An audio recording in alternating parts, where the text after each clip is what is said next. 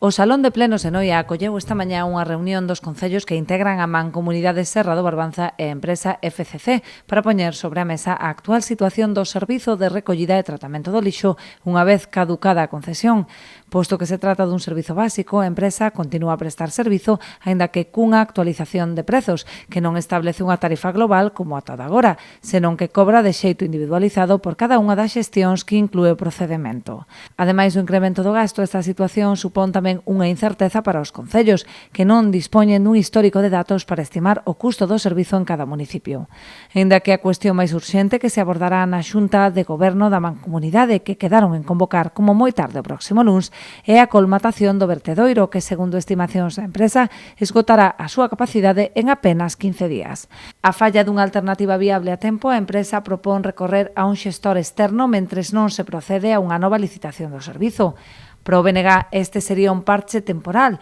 que daría a solución tan só a curto prazo, posto que acabaría coa premisa de xestión de proximidade e poñería en risco un importante número de postos de traballo. Os nacionalistas urxen ao presidente da Mancomunidade a iniciar canto antes o procedemento para poder sacar a licitación o novo contrato, co fin de darlle unha solución estable ao problema da recollida e xestión dos residuos a través da modernización da planta de Serbia.